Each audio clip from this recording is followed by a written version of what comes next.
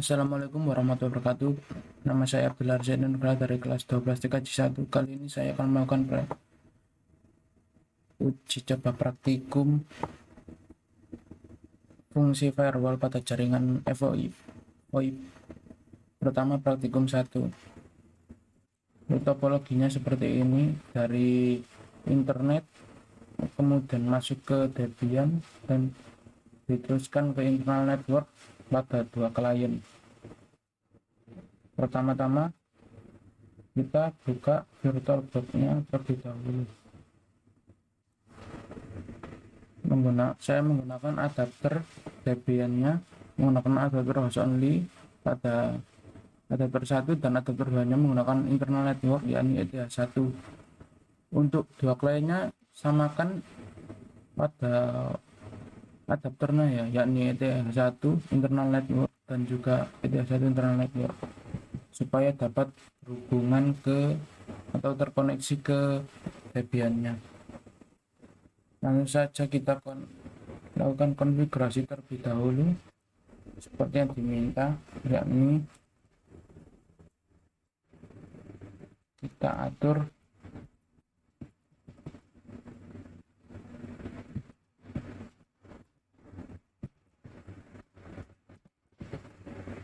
network interface-nya atau IP untuk Debian-nya. Pertama-tama kita buka terlebih dahulu network and sharing center-nya.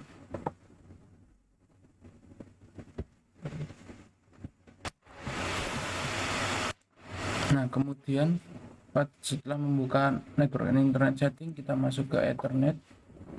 Ini berguna untuk setting host only adapternya. Adapter option.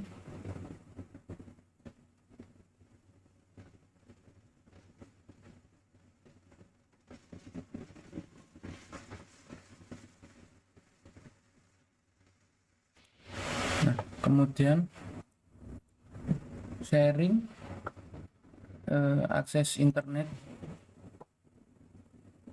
sumber dari akses internetnya. Contohnya ini saya menggunakan WiFi wireless ya, jadi masuk ke menu sharing, kemudian nyalakan ini, beri centang, kemudian pilih VirtualBox host only network.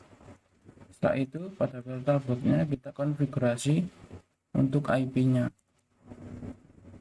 10.42.5.254. Ini digunakan sebagai IP gateway untuk Debian-nya nanti. Setelah itu kita masuk ke Debian-nya. Nah, sesuaikan untuk ETH0 atau ETH1-nya menggunakan address 10.42.5.1, netmask-nya 255.250/24 ya. Kemudian untuk gateway-nya 10.42.5.254 yang IP dari host only network tadi yang sudah disetting. Untuk broadcast-nya menggunakan 255.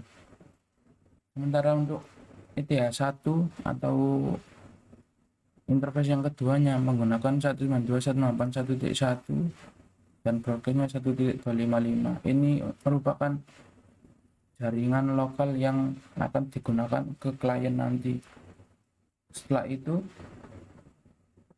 kita menurut default gateway-nya menggunakan 10.2.5.254.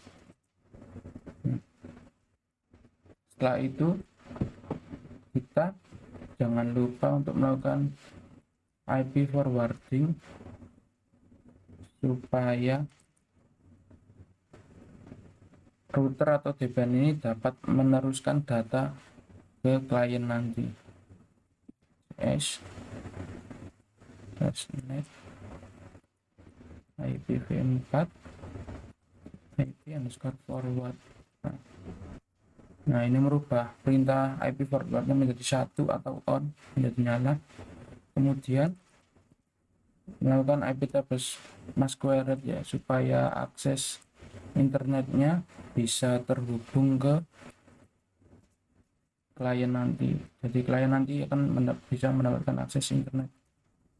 192.168 titik 1.1 min d 0 min j square AT. Nah, setelah itu kita cek apakah perintah tersebut sudah muncul. Nah, perintah tersebut sudah berhasil ditambahkan. Kemudian kita masuk ke pengaturan dari kedua klien, masuk ke control panel dan network masing-masing klien menggunakan, contohnya ini menggunakan klien 1 menggunakan 1.10 dan gateway-nya merupakan IP Ether 1 milik Debian, dan tambahkan DNS-nya supaya dapat melakukan ping ke Google. Sementara untuk klien yang kedua menggunakan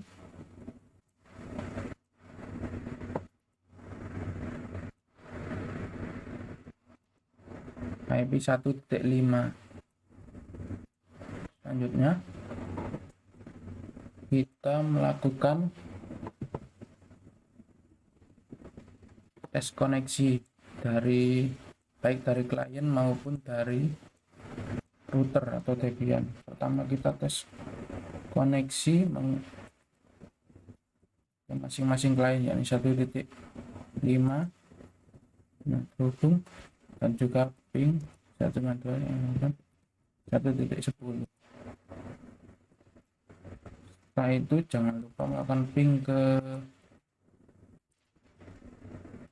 gateway-nya dari Debian, apakah terhubung atau tidak. Nah, terhubung.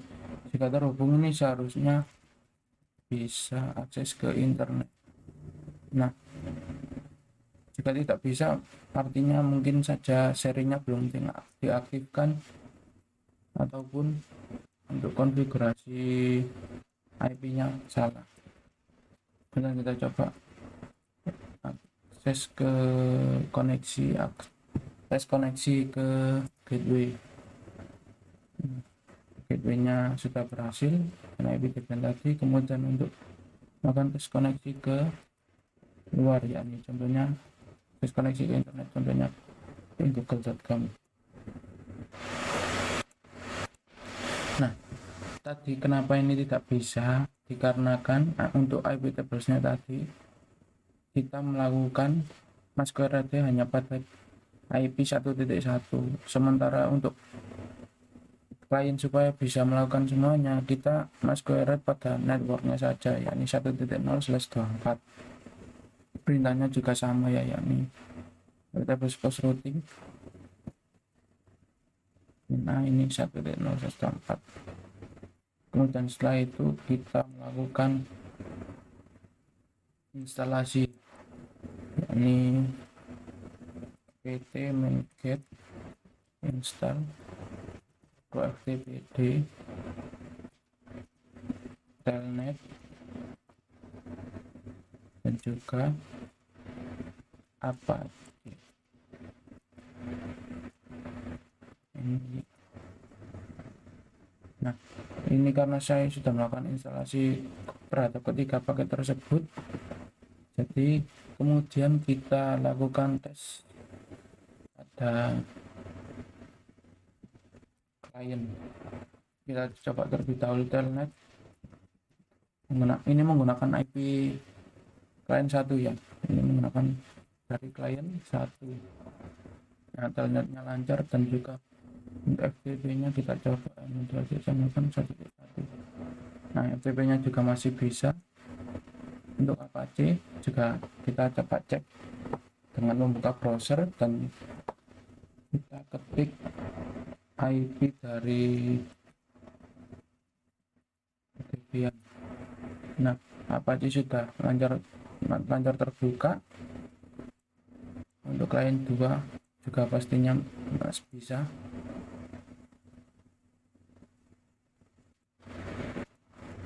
FTP kita cek.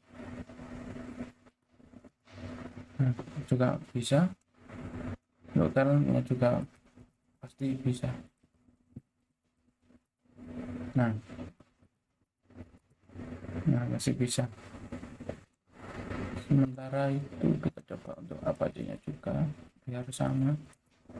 Jadi bisa dibuktikan bahwa kedua klien masih dapat membukanya. Kemudian kita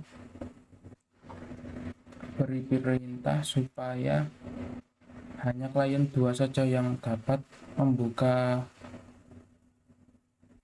telnet dan juga FTP. Kita beri perintah terlebih dahulu IP tables main A ini untuk langsung masuk ke pilihan perintahnya. NS IP yang dituju, kita coba memperbolehkan terlebih dahulu IP dari klien B nya main B TCP main default telnet. Nah, port untuk telnetnya kita perbolehkan akses. Nah, kemudian kita akses untuk FTP nya, perbolehkan FTP juga. Setelah itu kita larang untuk IP dari klien satunya, yakni 1.10 dengan IP 1.10. Kemudian telnet kita drop ya katanya.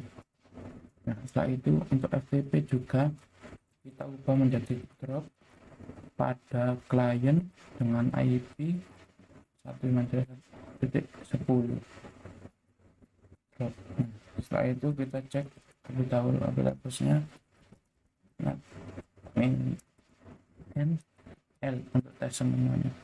Nah, sudah muncul untuk perintah atau rule firewallnya yang sudah tambahkan tadi. Nah, input ini juga pada IP tables ini berguna untuk mencegah dari paket dari yang luar ke dalam. Contohnya telnet dan FTP dari klien satu dilarang mengakses ke Debian-nya atau dalam kata lainnya ditolak. Nah, untuk Apache-nya kita coba. Nah, masih bisa. Sementara untuk FTP-nya apakah masih bisa?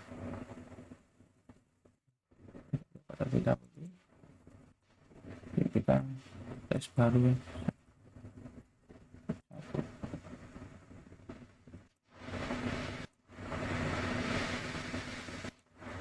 Tutup semuanya, kemudian kita telnet. Nah, masih connecting to, sementara yang tadi langsung bisa masuk ke login My komputer. Kemudian kita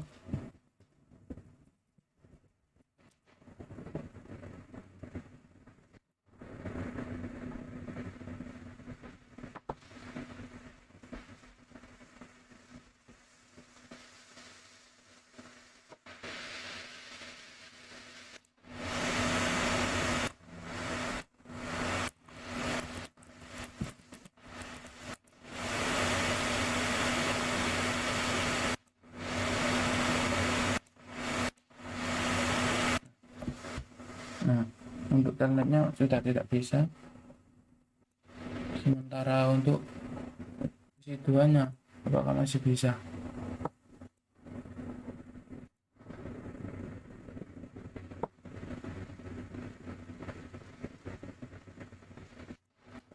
Untuk FTP nya masih bisa. Untuk telnet, nah, seharusnya juga masih bisa, karena yang di drop hanya spesifik ke IP milik klien 1.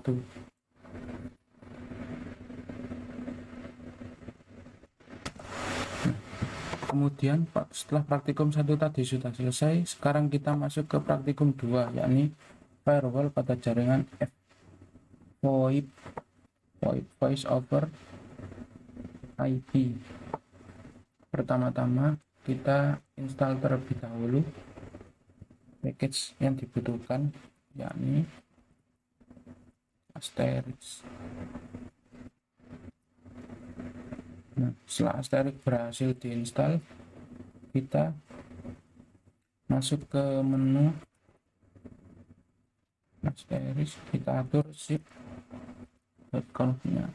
Nah, setelah itu kita masuk ke menu paling bawah dan juga tambah kemudian tambahkan script berikut. General portnya 5060, bina TTR-nya 000, konteksnya others lainnya. Nah, untuk bagian ini merupakan dial number atau nomor yang akan dihubungi nanti, dan tipenya kita beri friend teman, konteksnya my phone, dan secret ini merupakan password yang dibutuhkan nanti saat kita login ke akun dari sini. Nah, ini merupakan IP atau nomor dial yang satunya lagi. Jadi ini dengan ini nanti akan kita coba hubungi satu sama lainnya. Untuk secretnya sama 1 2 3 4. Nah, setelah itu kita masuk ke konfigurasi dari extensionnya sekarang, extension.conf.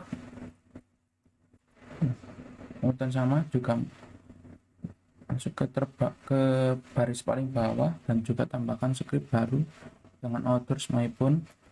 Authors ini konteksnya tadi dan juga my phone nya tadi. Untuk dial numbernya, konteksnya kita akan masukkan my phone dan extendnya 1073, nomornya tadi dan juga nomor satunya tadi. Dial chipnya juga sesuaikan nomornya tadi.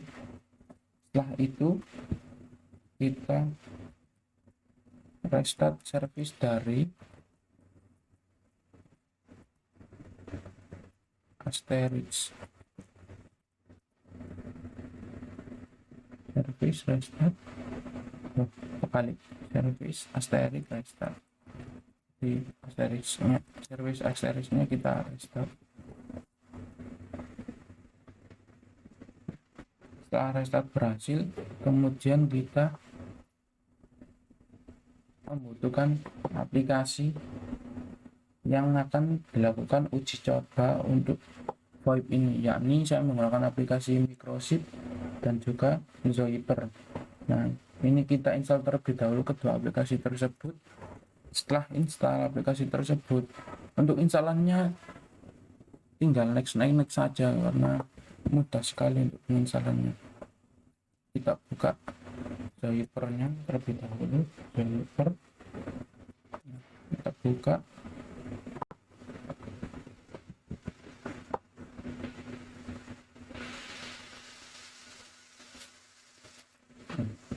Kemudian kita juga buka Microchipnya. Ini membutuhkan dua aplikasi ini karena nomornya ini ada dua ya, jadi yang Microchip nanti akan menghubungi ke Zoiper dan Zoiper juga bisa menghubungi ke Microchip nanti. Kita tunggu sampai kedua aplikasinya terbuka. Nah, setelah kedua aplikasi ini terbuka seperti ini, kita masuk ke sebagai free user untuk Zoipernya.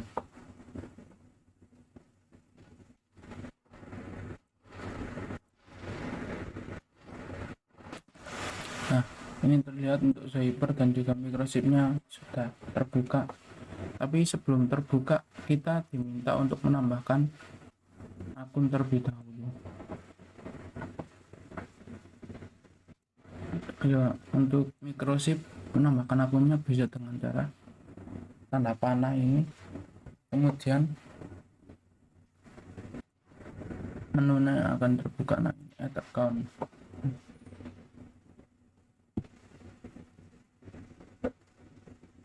Nah, untuk add account Microchip ini kita dibutuhkan untuk akunnya bisa diisi terserah, contohnya akun 19083, contohnya chip servernya yakni IP yang terhubung ke laptop ini, yakni IP Ether 0 dari Debian yang terhubung melalui host only tadi. Username-nya bisa dikosongkan, domainnya 10.42.5.1. Loginnya ini, nah untuk loginnya ini bisa terkosongkan. Username-nya merupakan ini ya, yang ada chip tadi. Nah, 19083 ini. Nah, itu passwordnya 1.34 ya. Dan kita save. Nah, jika sudah online ini berarti sudah terhubung ke DP-nya tadi. Untuk driver juga sama, nanti pertama kali setelah install akan diminta untuk melakukan loginnya yakni menggunakan username nomor yang satunya lagi yakni 19073 ini dan tambahkan add IP dari eternal milik Debian. Dan untuk passwordnya juga sama, yang yakni pada passwordnya merupakan pada secret ini ya 1.34. Setelah itu, setelah keduanya saling terhubung, ini ditandakan dengan tanda centang ini. Kemudian kita coba mulai dari Zyper menghubungi ke microchip, yakni nomor dari microchipnya yakni 19083. Kita coba telepon.